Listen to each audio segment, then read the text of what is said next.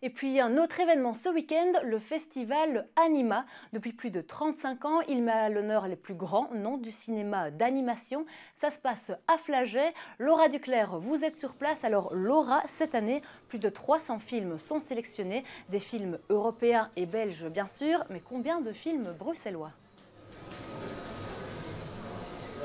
Bien écoutez Camille, sur les 325 films qui sont sélectionnés, une cinquantaine sont bruxellois, ce n'est pas rien.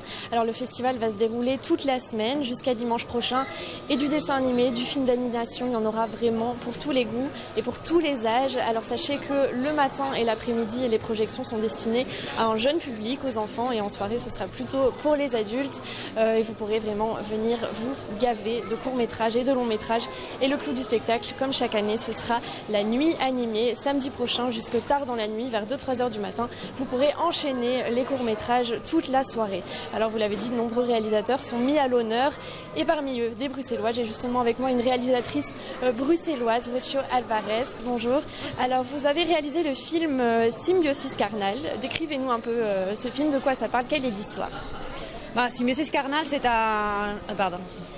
c'est un court-métrage qui parle sur la sexualité humaine et par rapport à l'histoire et par rapport à notre façon, à nos êtres vivants. Ça commence depuis la cellule par rapport à ça se passe dans le côté animal et dans le côté historique jusqu'à l'arrivée de nos jours et nos conflits historiques. Et un rôle assez important, les rôles de plaisir féminin qui a été découvert et occulté aussi.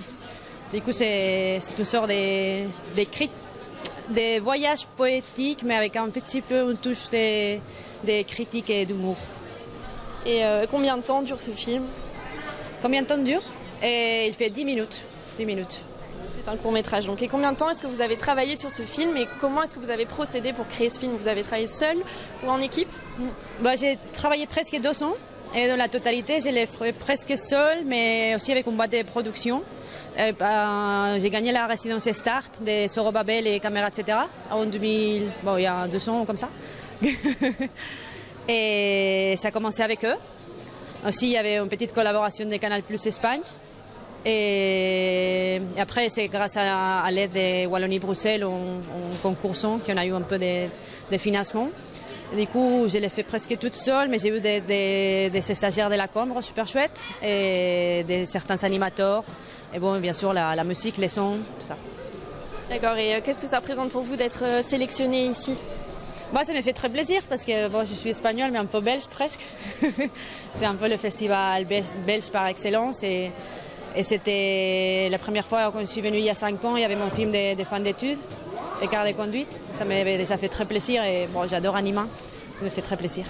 Merci beaucoup. Alors, je le rappelle, vous avez jusqu'au 18 février pour venir profiter du festival avec de nombreuses animations. Ce soir, il y a même 2 concerts. Vous pourrez écouter Alec et les Japonaises. Je vous laisse vérifier le programme qui est vraiment très très riche.